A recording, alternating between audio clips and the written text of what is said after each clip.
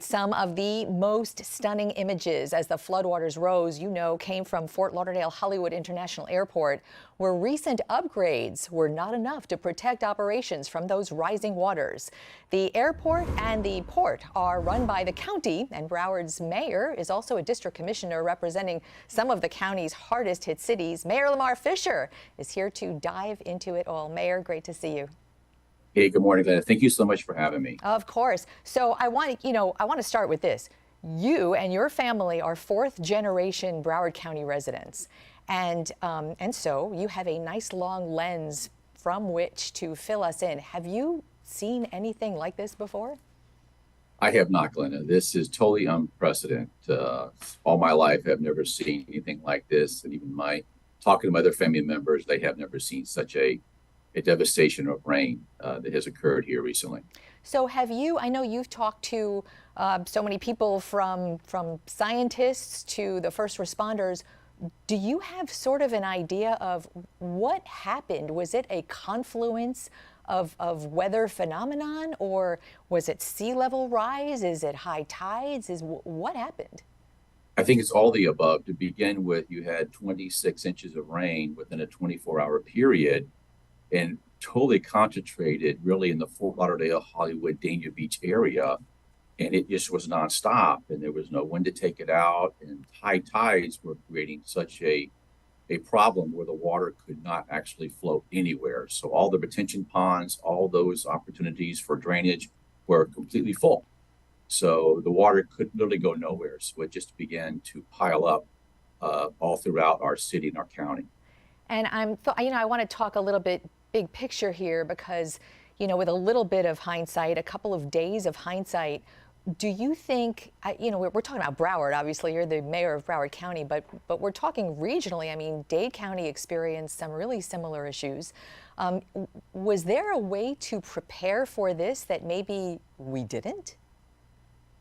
I can tell you that our Public Works Department, 2 days prior to the storm coming, did indeed went to clear drains, clear street, clear debris, again, 2 days before the event occurred. But again, we just couldn't prepare. I don't think anybody could have prepared for the amount of rain that hit us, unfortunately, but we tried our best. And I think we now learned on what we can do maybe in the future, whether it be more drain cleanliness. I mean, you could have all the pumps in the world, for instance, at our airport, and it would not have made a difference because our airport was completely flooded. Both runways were solid water. So let's talk about the airport for a moment. And I don't know if you can see that we are looking at some video of just how flooded not only the runways, but the entire airport. We saw a video of passengers literally walking through the floods to get out of the airport, leaving their car behind. But the airport has had some upgrades in the past, 5 years. There's a project on the drawing board. Let's talk about Edgewood, where our reporter Trent Kelly was this morning. There was a drainage project ongoing, just started about a year ago there. I know that's a city project, not a county project. Correct. But the point of all of this is all of these really well-meaning and pricey projects going on. Is there really a way to build and infrastructure the way out of another potential crisis? Is that even possible? I do believe so. As you stated, our Fort Lauderdale-Hollywood International Airport is going through a master plan opportunity, and now we're kind of in the beginning stage. So now we can look at this event to see how we can make that project better from people movers, et cetera, but more now with drainage issues. And Edgewood was just devastated. I was talking to 3 residents on Friday at a press conference, and their outlook was obviously positive because they were resilient and bringing the community together. But that drainage project that Fort Lauderdale is doing, of course, is not implemented yet. So they don't have the advantage of having that done yet. But once that's completed, I feel that will help mitigation in the future of this type of project, a problem that we went through. So, yeah. And so now you have sort of this county-wide, Broward County has what, like 34 cities? 31. 31. Okay. 31 cities. A patchwork of cities, each with their own government. The county has kind of that overview regional approach. I know you've been out talking, you've been working, I'm sure, pretty much around the clock, talking to a lot of people, trying to figure out not only recovery in real time, but planning for the future, to your point. Do you see any differences in how a city handled it? The cities are really different. You have, edge of the Everglades cities, you have coastal cities, you have landlocked cities, low, high, everything in between. What is your observation about who fared best? Well, I think, Glenn, you have to look at it in the big picture. What happened as soon as the event occurred, we immediately began collaborating together, especially with our eastern coastal cities. And then I got to tell you that Director Guthrie hit the ground Friday morning here and from the state of Florida. And I also want to thank the governor because by signing the state of emergency, that allowed immediate resources from the state. So Director Guthrie hit the ground running. He provided us with vacuum trucks and all sorts of equipment, food, water, whatever was needed, almost immediately.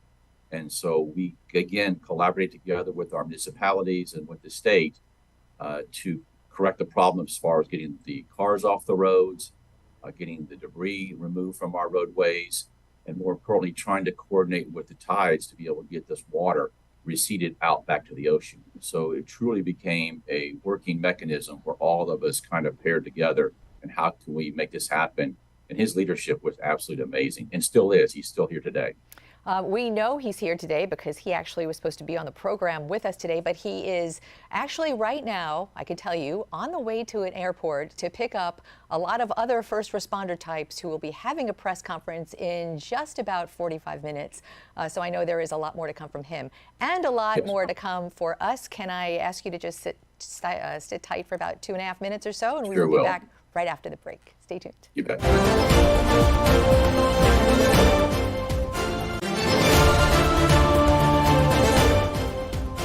We are back with Broward County Mayor Lamar Fisher, all about the rains, what happened, the flooding, what may be to come. Mayor, I wanted to ask you a question that came up in our earlier live report from Edgewood. I'm not quite sure if you might have heard Trent Kelly's report, but he mentioned residents want to know about mosquitoes because all of that standing water, I mean, we're in April, but it sure does feel like summer. That may be another little crisis to come in the next hours or days. What is, if anything, is the county doing about that? And again, I'm so glad you asked that question because I want to make sure the listeners understand that beginning on Tuesday, we are, of course, in charge of the mosquito spraying throughout Broward County. So beginning Tuesday night, we will begin with those hard hit areas with our spraying. Now, but this spray is non-toxic. It's okay with humans and pets and so forth. But we already are planning ahead now to make sure the spraying begins this coming Tuesday. That's good news. I know there's always some controversy on chemical spraying, and that's something I know you deal with every year. So some real-time this morning, real-time information. What can we expect tomorrow, Monday, the start of the work week? Bring us up to speed on the airport, on Broward County schools. What is happening as of Monday? And I'm going to guess that tonight, if it rains tonight, all of this may change. Well, as far as FLL, I'm excited to let you know that as of yesterday, we only had 6 cancellations at all. So, and 2 of those were departures and 4 were arrivals. So we are spot on almost back to full speed here. Our north runway is now open. Although it's a 9,000 feet runway, it's now at 7 because we have our mass blocks that need to be replaced. But once we remove those, it'll become an 8,000 feet runway. We had Air Canada, their Airbus land yesterday on the north airstrip. So we are absolutely in good shape when it comes to FLL, Port Everglades as well. I spoke to Director Jonathan Daniels this morning. Cargo and fuel, and mainly jet fuel, is 100% now. And we are getting the tankers in and out the best we can to get those gas stations filled too. I want to thank Tampa and Cape Canaveral. They stepped up and they have mutual aid, and they brought their tankers of gas to fill that backlog, especially the Palm Beach County area for us. So that was a great opportunity to be able to collaborate with them. But more importantly, it is steady now, and all the gasoline stations should be full within, of course, 24 hours. So we're happy about that. Great news. I know a lot of people in Miami-Dade County were also experiencing gas shortages at the pumps in Dade County, I guess a lot of that must come from Port Everglades. It does. Port Everglades does service, of course, the direct fuel right to Miami International Airport, for instance, and that is flowing fine along the Palm Beach International Airport as well.